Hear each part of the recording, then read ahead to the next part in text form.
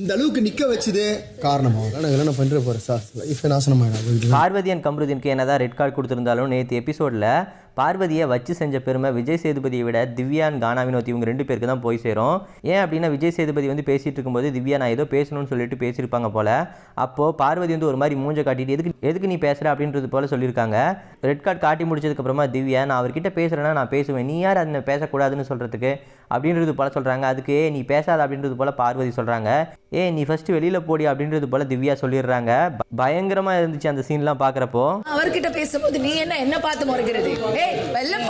அதுக்கப்புறமா கானா வினோத் நான் வந்து உங்ககிட்ட 3வது வாரத்திலேருந்தே சொல்லிட்டு இருக்கிறேன், ஆனால் நீ கேட்காம உன்னை இந்த அளவுக்கு வந்து இங்கே கொண்டாந்து ரெட் கார்டு வாங்கி இந்த நிலைமையில நிறுத்திருக்கிறா அப்படின்னா அதுக்கு காரணம் அவள் தான்.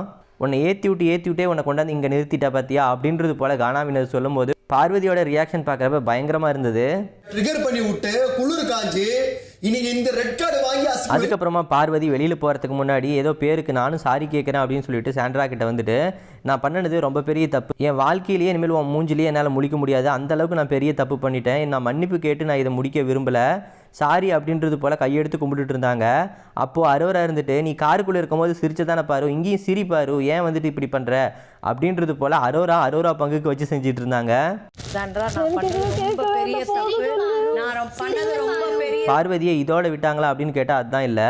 வழக்கமாக எல்லாரும் எவிக்ட் ஆகிட்டு வெளியில் போகும்போது வெளியில் போயிட்டு கார்டன் ஏரியாவில் நிற்பாங்க. அப்படி பார்வதி பிக் பாஸ் ஏதாவது நமக்கு சொல்லுவார், இல்லை ஹவுஸ்மேட்ஸ் வந்து நம்மளை வழி அனுப்பி வைப்பாங்க, நம்ம கமருதீனும் வராரு, 2 பேரும் சேர்ந்து ஒன்றா போகலாம் அப்படின்றது போல் வெளியில் போய் வெயிட் பண்ணிட்டு இருந்தாங்க. ஆனால் கமருதீன் வெளியில் வந்துட்டு கானா வினோத் கூட பேசிட்டு நின்றுட்டு இருந்தார். ஆனால் பார்வதி பக்கம் ஒருத்தரும் தலை வச்சு படுக்கல, ஆள் தனி மரமாக நின்றுட்டு இருந்தாங்க. கொஞ்ச நேரம் பார்த்துட்டு காண்டாயிட்டு பிக் பாஸும் ஒன்றும் சொல்லலை, இவனும் கூட வரல, யாரும் நம்மளை வழி அனுப்பி வைக்கவும் வரல அப்படின்னு சொல்லிட்டு அவங்களே கிளம்பிட்டாங்க.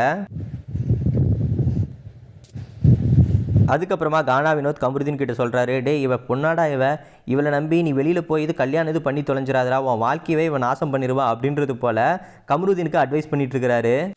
என்ன பண்ற போற சார் அவ்வளோதான் லைஃப் நாசனமாயிடும். நீ வாந்தியா கடைசியாக திவ்யாவோட பங்குக்கு கமருதீன் வெளியில் போகிறதுக்காக கிளம்பி வந்துட்டு இருக்காரு. அப்போது ஓடி வந்து கமருதீனை கூப்பிட்டு நான் இதை சொல்லலாமா இல்லையா அப்படிங்கிறது தெரியல, நீ வெளியில் போயிட்டு யார் கூட வேணா சவகாசம் வச்சுக்கா, இவ சவகாசத்தை இங்கேயே முறிச்சு விட்டு போ, உன் லைஃபையே இவ ஸ்பாயில் பண்ணிடுவா அப்படின்றது போல் சொல்கிறாங்க.